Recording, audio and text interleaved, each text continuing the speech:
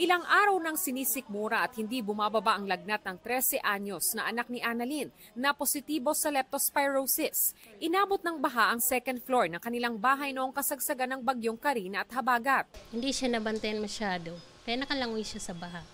Positibo rin sa leptospirosis ang 18 anyos na si Adrian Mendaza. Napalangoy rin siya noon sa baha.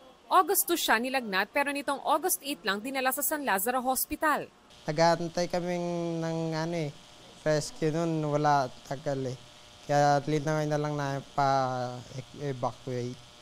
32 sa 88 na admitted leptospirosis patients dito sa San Lazaro Hospital ay mga pediatric cases, so 18 years old pababa. Kaya naman naisbigyan diin ng pamunuan ng San Lazaro Hospital ang kahalagahan ng pag-iingat sa leptospirosis hindi lang sa mga nakatatanda, kundi pati na rin sa mga kabataan.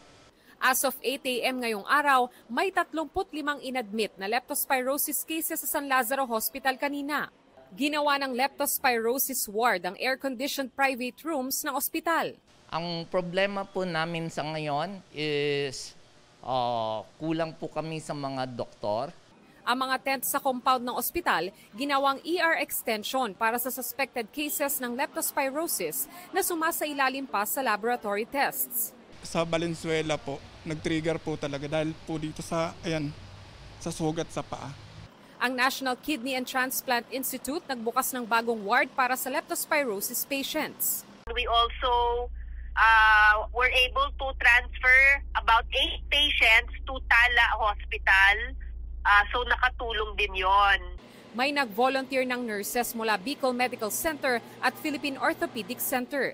Sa ngayon, 76 ang admitted leptospirosis patients. 62 sa kanila ang nagdadialysis. Karamihan sa mga pasyente, mga commuter na lalaki o motorcycle taxi riders.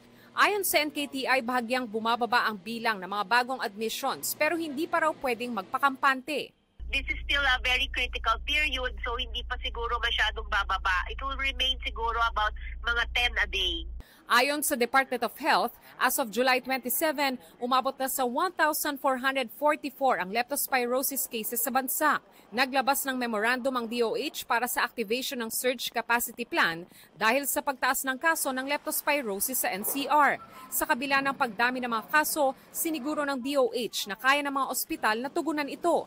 Paalala ng DOH. Kung kayo po ay napalusong sa baha sa nakaraang isang buwan, kahit even before Karina, kayo po sana ay kumonsulta na sa ating pinakamalapit na health center para mabigyan ng antibiotic kung kailangan. Maaari namang tumawag sa Metro Manila Leptospirosis Hotline kung may katanungan kaugnay sa leptospirosis.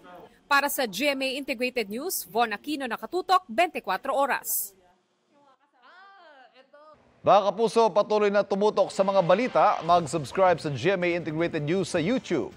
Sa mga kapuso abroad, samahan niyo kami sa GMA Pinoy TV at www.gmanews.tv.